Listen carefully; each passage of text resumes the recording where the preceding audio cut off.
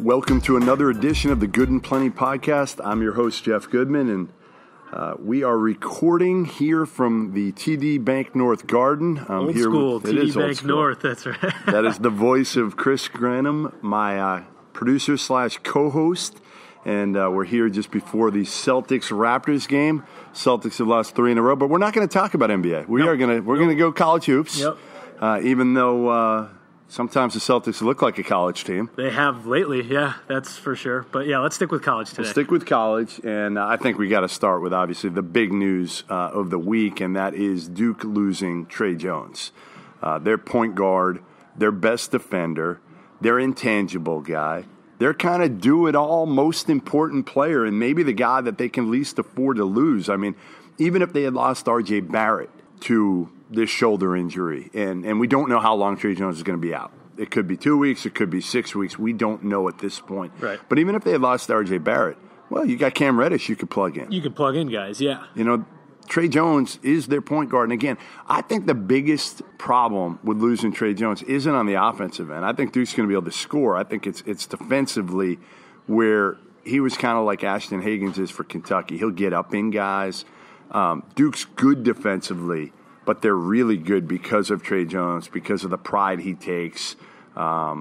It's kind of like the opposite of his brother, Tyus. Right, kind of, yeah, he's tough. Do you trust Alex O'Connell to kind of jump in and be, I mean... Not defensively. Yeah, defensively is going to be the major issue there. Obviously, they don't need Alex O'Connell to be a major, contributor on the offensive side of the ball, but on defense, that's really going to hurt them, right? Yeah, no doubt. I mean, Alex O'Connell, the good thing for Alex O'Connell going in there is he'll space the court, and that'll be the biggest advantage they'll have with O'Connell. But, again, the downside is defensively. You're really going to struggle right now if you're Duke over the next, whatever it is, 2-6 weeks. I think the one thing that this can do for Duke, I actually think it can help. And hear me out here, because a lot of people where are you going? Where are you going here? As long as Tre Jones comes back healthy in a month, within a month, if he's back on the court, I think it helps him in a sense that maybe they get Cam Reddish more engaged. They give him more touches. And Cam Reddish played the point in high school. Right. So that's what people forget here is Cam Reddish has ball skills. Is he a true point guard? No. Neither is R.J. Barrett. They're not true points, but they're both solid enough with the ball. And I think Reddish now, again, gets more touches, can play through mistakes, feels a little bit more comfortable.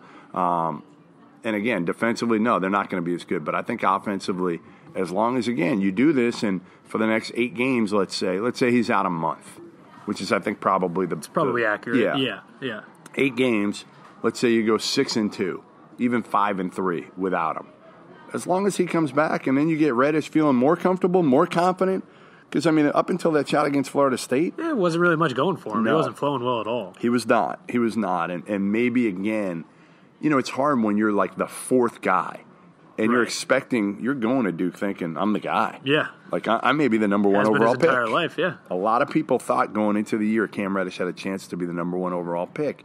And he's taken more of a supporting role. And now I think he'll have a chance to, again, RJ is still going to take more shots. Right. I mean, what did he take? 30 shots the other night? I think, 20. 4 for 17 from 3? I mean, RJ, like, enough with the threes. Yeah. You're not a three-point shooter. Am I crazy to say at this point, even though Cam hasn't been, obviously, like a lot of people assumed he would be, am I crazy to think he's still the best NBA prospect in this group, at least from the perspective of I kind of look at him the way a lot of people looked at Jason Tatum going in. He probably has a lower ceiling than some of those guys, but he probably has a much higher floor, in my opinion. Is that crazy to say? And he'll be better like Jason with spacing. Right, exactly. If you remember, Jason, the hardest part with Tatum was early on in the season, it was Grayson Allen and Luke Kennard's show. Yeah, exactly. And Grayson had, like, different rules. And I think it was really hard because there was a complete disconnect in the locker room with the younger guys and Grayson and maybe the it was a weird dynamic. Honestly. Yeah, well, he got different rules. Yeah. Frankly, I mean that was part of the problem. But you saw Tatum start to come on, ACC tournament. I mean I think Reddish certainly has maybe the highest upside of all 3 in a way. They're all different, right? I mean, they're all different. I think offensively he definitely does. He's smooth. He's smooth, and I think he'll fit seamlessly into any NBA offense and have less adjustments than Does he work is the big question. Well, that's the thing. Right? His motor Right. and does he work is the ultimate question. And that's kind of going to get tested with Trey Jones going down. I think we can really see some adjustments going forward with him. Is he Rudy Gay? That's the biggest question NBA guys have. Yeah, is he, you're right. And I love, Rudy Gay, one of my favorite kids I've ever been around. Yeah. Like, awesome kid.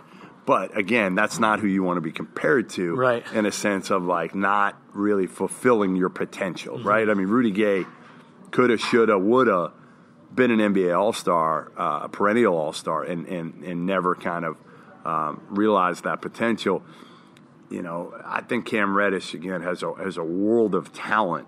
And maybe he'll start to show it now because really there's more shots. There's more, there's more opportunities, although Trey Jones wasn't a big-time shooter, scorer, but maybe Cam will just have the ball in his hands more to make plays, and he can have games where he has, 15 points, 8 rebounds, 7 assists. Right. That's going to be kind of an interesting adjustment, and I'm looking forward to seeing what Reddish does and kind of where he goes from here, despite it was people don't think losing a point guard will turn to Cam Reddish, but it'll be interesting to see what his adjustments do. Now, you want to stick in the ACC, talk a little UVA? Quick break to tell you today's show is also brought to you by Mint Mobile.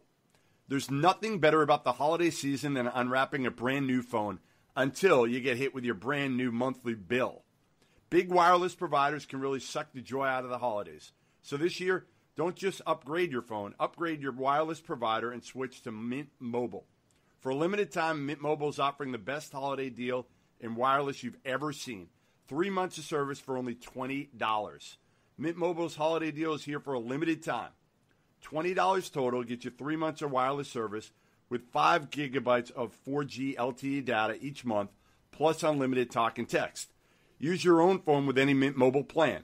You can keep your old phone number along with all your existing contacts. Mint Mobile runs on the nation's fastest, most advanced LTE network. And if you're not 100% satisfied, Mint Mobile has you covered with their 7-day money-back guarantee. Take advantage of this Mint Mobile holiday deal before it's gone. Get 3 months of wireless for $20 and get the plan shipped to your door for free by going to mintmobile.com/good. That's mintmobile.com/good. 3 months of service, just $20 at mintmobile.com/good. Right yeah, now. Absolutely. They're the best team in the country. And you saw them recently at BC. What do you think of them in person? I love them. I love them because they're better offensively. Again, the problem is when you say UVA, the first thing that comes to mind is UMBC. Yeah, it's really unfortunate. It's unfair. Really unfortunate. It's unfair in a way. And what you have to remind people, too, is their best pro prospect, DeAndre Hunter, didn't play against UMBC. If he had played, it would have been a different story, a much different story. We wouldn't be talking about this. There would not be a 16 beating a 1. We'd still be saying that's never going to happen. And unfortunately for Tony Bennett and Kyle Guy. It's really a shame because they have an unbelievable group this year. They're really good with Ty Jerome, Kyle Guy, DeAndre Hunter. Braxton Key. They're really well-rounded, but still the conversation comes back to the Retrievers. Yeah, and I don't buy that. No, I it's ridiculous. I've said this before. I don't know if I've said it on the podcast, but at ACC Media Day, man, like the maturity that like Kyle Guy showed in facing this head on and talking about it and joking. And Tony Bennett told me in the summer, he said in July, like that's what I'm doing with this team.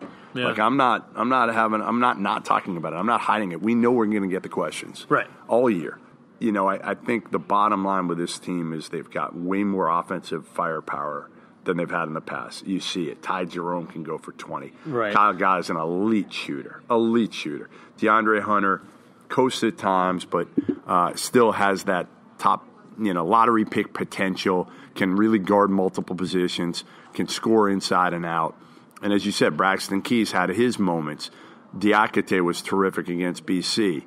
Granted, it was just BC, but still, he was really good. Yeah. Kid Kihei Clark's been good. Made a couple big shots against Virginia Tech, if you can call them big, when they were up 20 points in the end of the first half.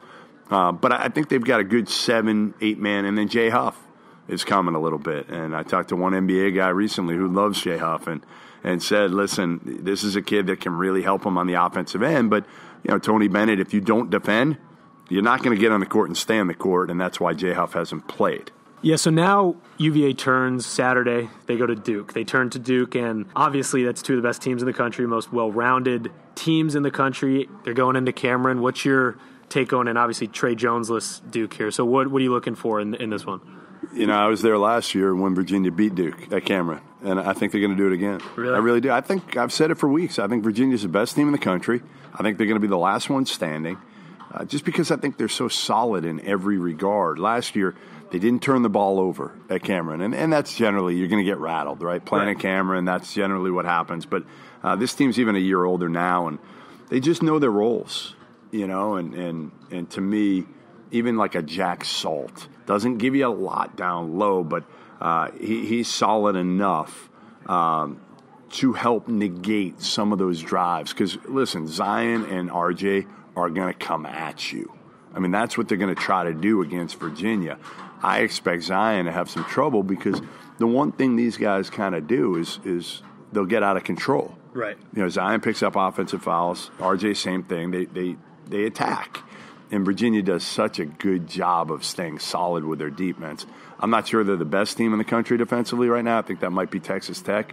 But if they're not number one, they're number two. And again, their guys are on a mission this year. Right. They won't necessarily admit that, but they're on a mission because they hear it all the time. They hear how they get like almost embarrassed. It's almost like one of those things where they couldn't go.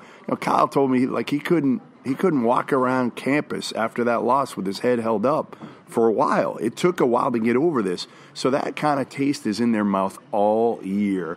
And the biggest challenge for them is not to try to fast forward through the regular season and just get to that first round. Right. Because that's kind of what you want to do at this point. Just get that behind you. Get the first round game and get it behind you. But, think about this. Virginia, Tony Bennett's record in the ACC over the last 5.5 years, 10 games better than Coach K and Roy Williams. That's insane. Yeah, that's ridiculous. Yeah. All right, so speaking of the ACC and Roy Williams, we'll stick here real quick before we turn the page.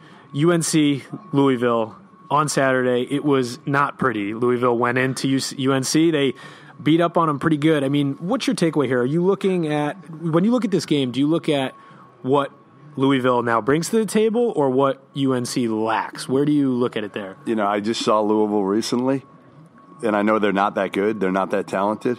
So I look at it as, how the hell did Carolina lose by this many points to Louisville, to a Louisville team that's average, talent-wise, average, at home, in Chapel Hill? It just shocked me at this point. But, again, you can sense it from listening to Roy Williams. Even when I saw those guys a couple times in Vegas, he was frustrated. He was frustrated with this team and kind of where they are right now. And, the hard part with this team, to me, with Carolina is you've got these big men that aren't really good enough to be starters, the Garrison Brookses of the world. So you want to go small, put your best 5 players out in the court. It's Luke May at the 5, Nasir Little at the 4. But ultimately, Roy Williams loves to have 2 bigs. So he's fought it and gone with Garrison Brooks and Luke May at the 4. And I think now he's starting to realize, okay, worn down by maybe his assistants and some other people close to him, all right, maybe I should start to play small ball a little bit more. Right. And we saw it even last night a little bit when Carolina beat Notre Dame at home. It was matchups, and some of it was switches, but you'd have Nasir Little guarded by John Mooney of Notre Dame, and he just drove them. And it was good to see, Nasir Little had some confidence last night.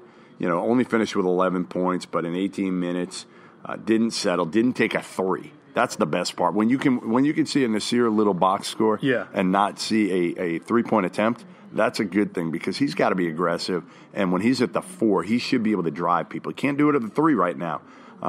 But again, I think, Luke May not having the year that he had a year ago. But if Kobe White can get better and Nasir Little, those are the 2 keys as much as anything. Because, again, Kenny Williams has really struggled, especially shooting the basketball. Do you think what Nasir Little is kind of going through at this point, what's it doing to his draft stock? Where do you stand with him? Because it seems to me, Great just question. watching it from a really simple standpoint, it just seems kind of like an awkward fit at the moment. He doesn't really know where he fits into this team. So I was talking to an NBA guy actually last night about that. And while we were on the phone, he pulled up Marvin Williams' freshman year stats Interesting. at Carolina. Okay. Yeah. When he was a 6th man coming off the bench as Good a or freshman. bad? Almost identical. Really? Almost identical Really? stats. Now, the biggest difference was Marvin Williams played for a really good team. Right.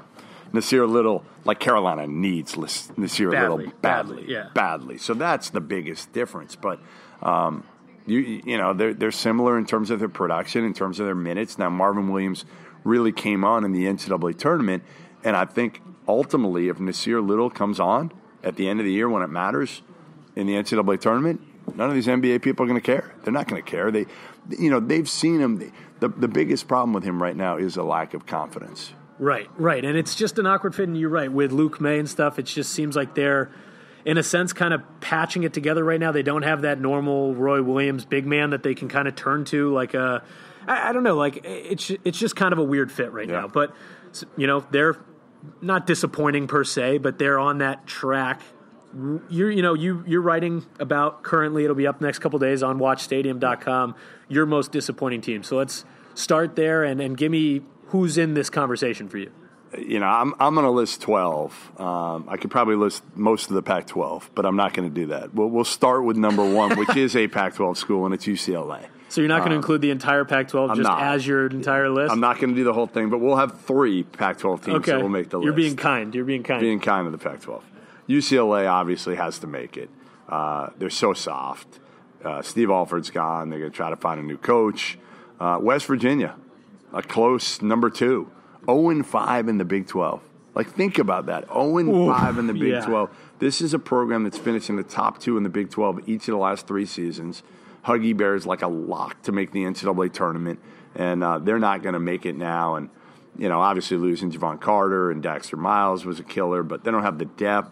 They can't play the way they want to. So I think West Virginia is certainly a team that belongs up there. Oregon, they were picked to win the Pac-12. Yeah, the bowl injury certainly affects them, but it's more than that. They don't have any leadership. Right. USC, the other Pac-12 school, a complete train wreck out there. Some of the other schools on the list, Western Kentucky, 8-8. Charles Bassey, maybe a first-round pick, 8-8 overall. It's been ugly there, on and off the court. San Diego State, St. Joe's, a couple that and we'll see if you agree with this one, but a couple that are on there: Alabama, Texas, and then the one that I don't know, Syracuse. I know they beat Duke. I get it. They're still 12-5. They've been up and down though. They've had some bad. They lost to Georgia Tech. I mean, they've had some down at games. Home. Old Dominion, Buffalo, Georgia Tech. You lose to UConn and Oregon at Madison Square Garden. UConn's not UConn, and Oregon's not very good this year. Right. So that's 5 losses that to me. Is Bama included on there because of their bad losses? I mean, they have losses to Northeastern. They have losses to Georgia State. They've recently lost to Texas A&M. Yeah. Is that the main reason for them? I had them as a top 20 preseason team. I know you did, yeah. And now I look like a moron. I was the only one. You were. I think I was the only moron who had Alabama. I felt like they'd be better without Colin Sexton.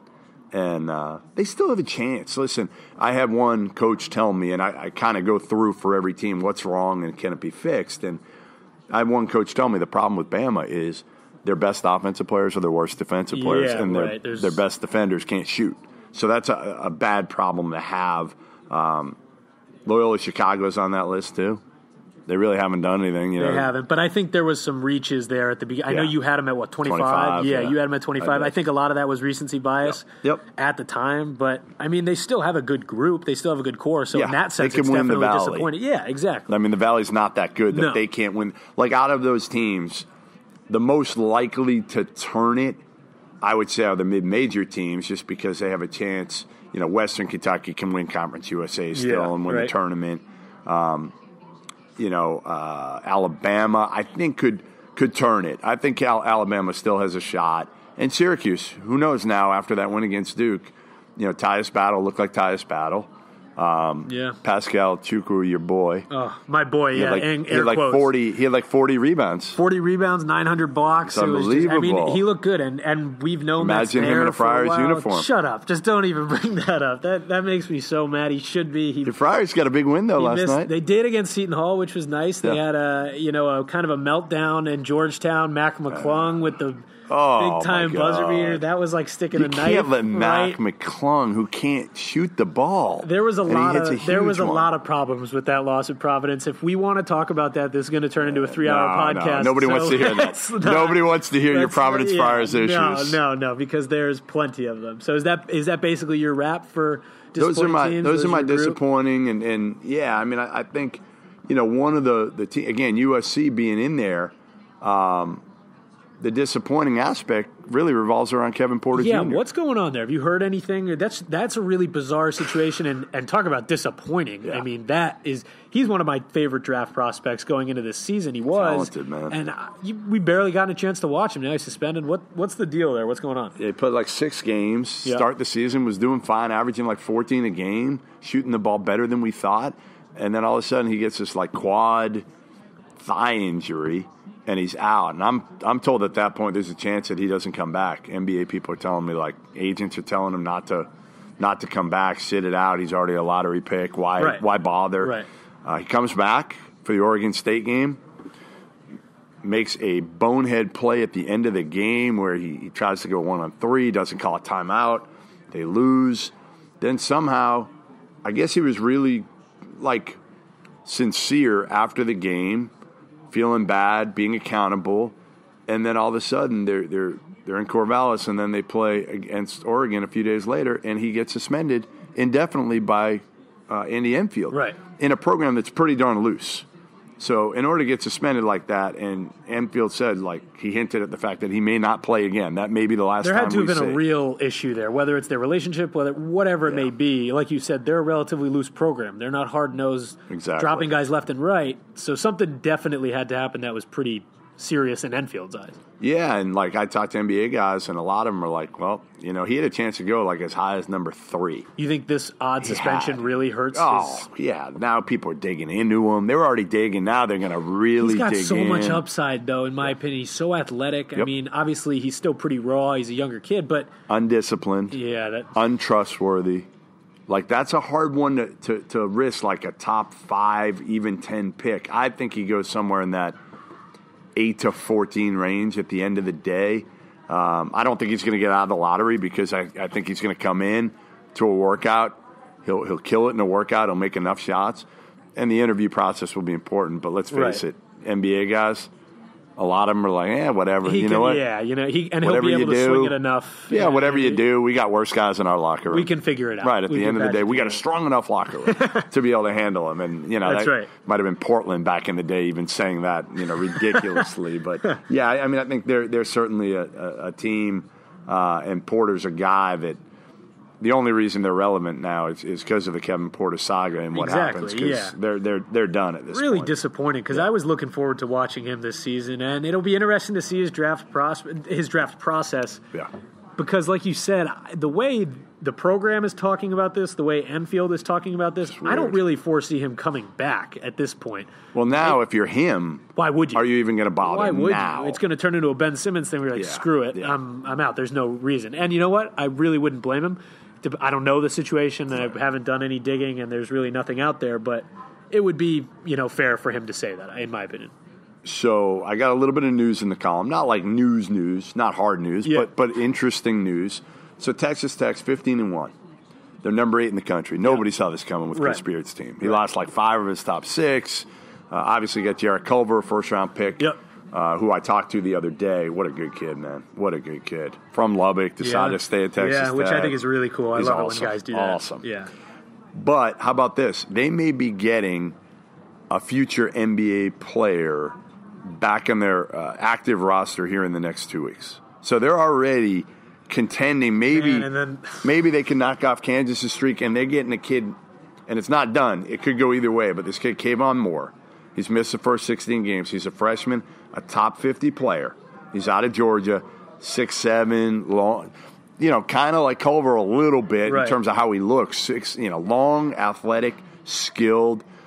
Chris Beard said, honestly, we may play him this year because we're not sure he's going to be around for 4. So, a lot of coaches would be like, what do we do with this kid? We don't want to burn the year. Yeah, right. But I think he's thinking like he's not going to be here for 4. He's that talented. Yeah. So think about Texas Tech right now. Already one of the best defenses in the country. Oh, my God. They're riding You add really him? high right now. You have this kid. Could they beat Kansas? Could they be legit if you get him back in the next week or two? You think they could beat Kansas? You think they could be at Kansas's level if they get him back? No, I don't. And that's not to say necessarily that they're not like I they're just better don't think defensively. I just don't think they're as well rounded as Kansas. I just is. think Kansas is Kansas. Yeah, and they like are. you walk into Fog Allen and you already might as well give Kansas 10 points. Right. A combination for the whistle Yep. and the intimidation and the intimidation, the fans, everything. So it's like the two things. Yeah, so they're I not would going to agree with lose that. games at home. Right. But Texas Tech has been unbelievable so far. And I think, again, Kayvon Moore, I've heard a lot of really good things about. And if they can get him back or get him cleared, he's been practicing with the first team. And Beard said he's going like 70, 80%, not full speed right now. So it'll be interesting to see kind of what happens. It's something to keep an eye on over the next couple weeks. Yeah, definitely. And before we wrap up here, Today's show is brought to you by Robinhood. It's never a bad time to start thinking about your investment portfolio. Whether you're looking to buy or sell stocks, crypto, ETFs, make sure you sign up for Robinhood. And I know markets can be complicated, but Robinhood makes everything easy for you. Robinhood's going to build your own customized newsfeed right when you sign up.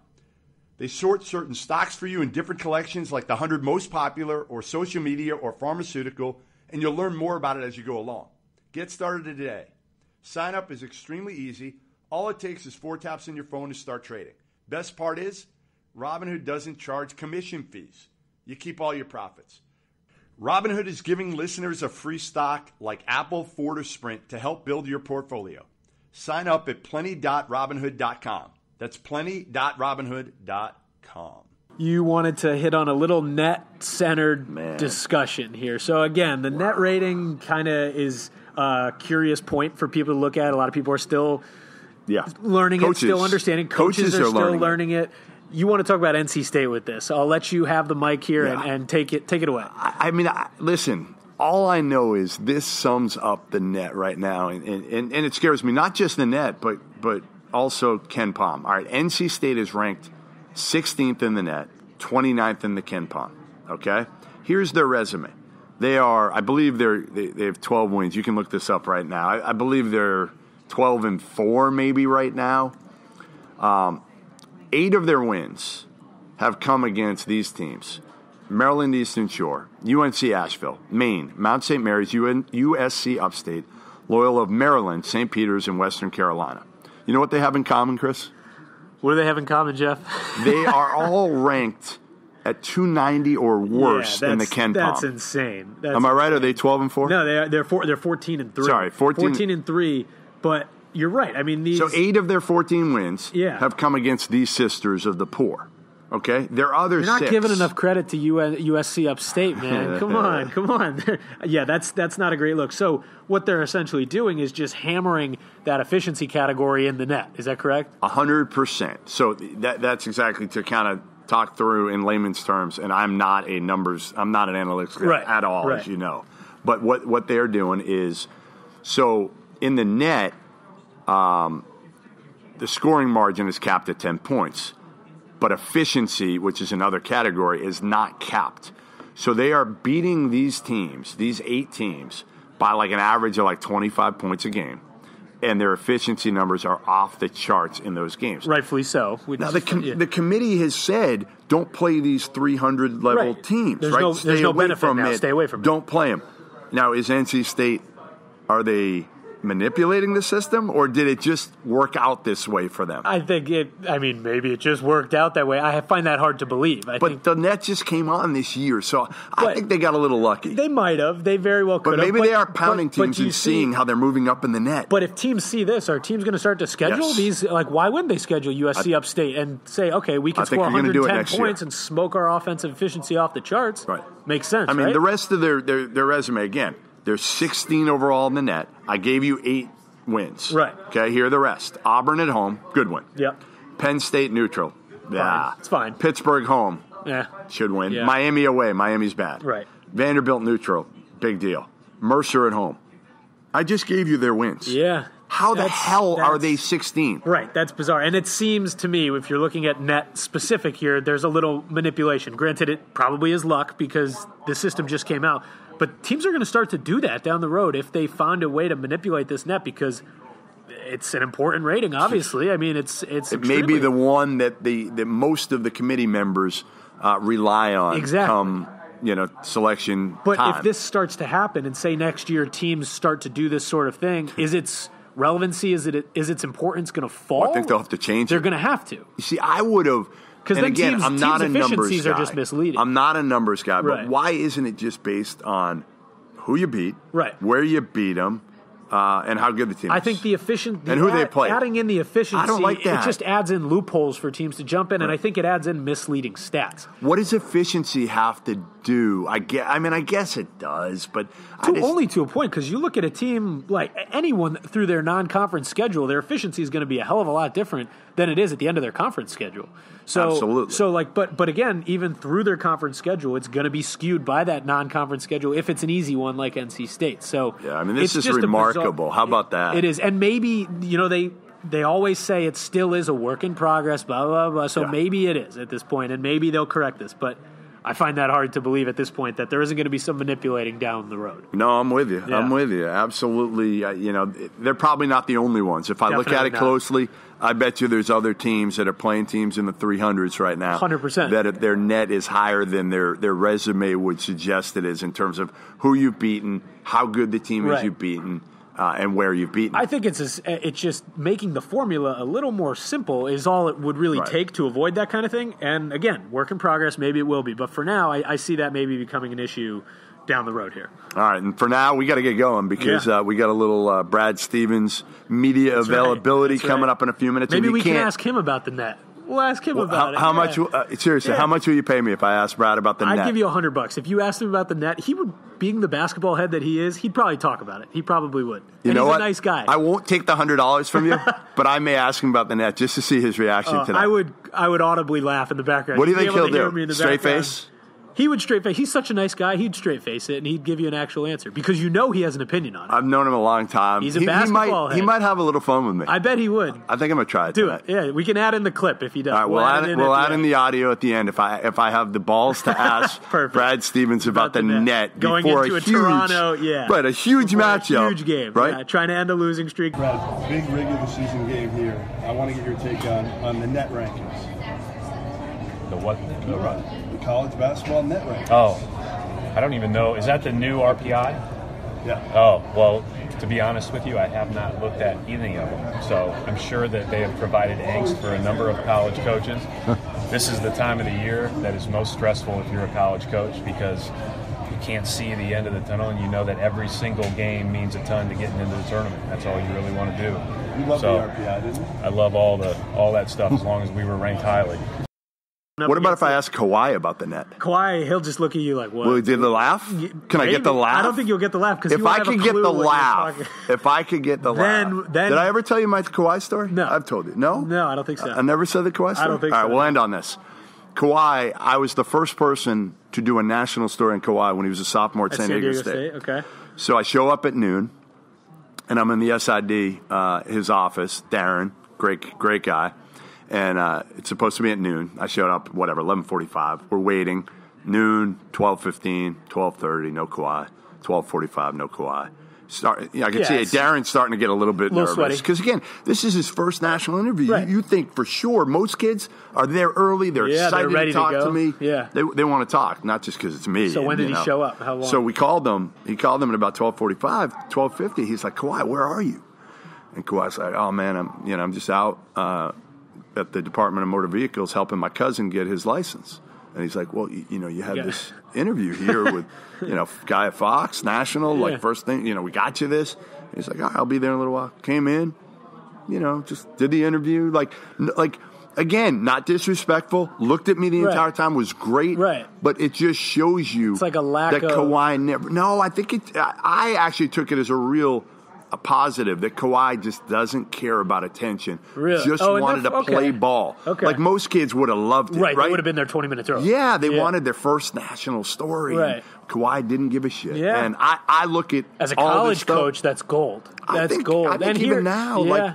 like again, he's going through this process now, and you think he's rattled at all by all these people talking about him, where he's going to end up if he's going to stay in Toronto. Probably doesn't even pay attention to it, honestly. I don't think he cares. Yeah. I think his uncle does. You're right. That's a major positive. Yeah. That's not a bad thing. Yeah, I thought it was cool. So anyway, all right, listen. Thanks, Chris. Appreciate you pulling in here and a little bit early at the Garden and getting going. And thanks to everybody for listening to Good and Plenty. Again, you can find us every Tuesday and Thursday, iTunes, Stitcher. You can find us on CLNS Media. You can find me at Goodman Hoops on Twitter. What are you on Twitter, Chris? At Chris Grenham. Nice and simple. We got to build up your Twitter followers. Yeah, we got to get that going with some Friars fans. Yes, big somebody time. on some this depressed one. Friars fans. Yeah. And again, make sure to give us any reviews on the podcast, and we will see you next week. Thanks for joining us.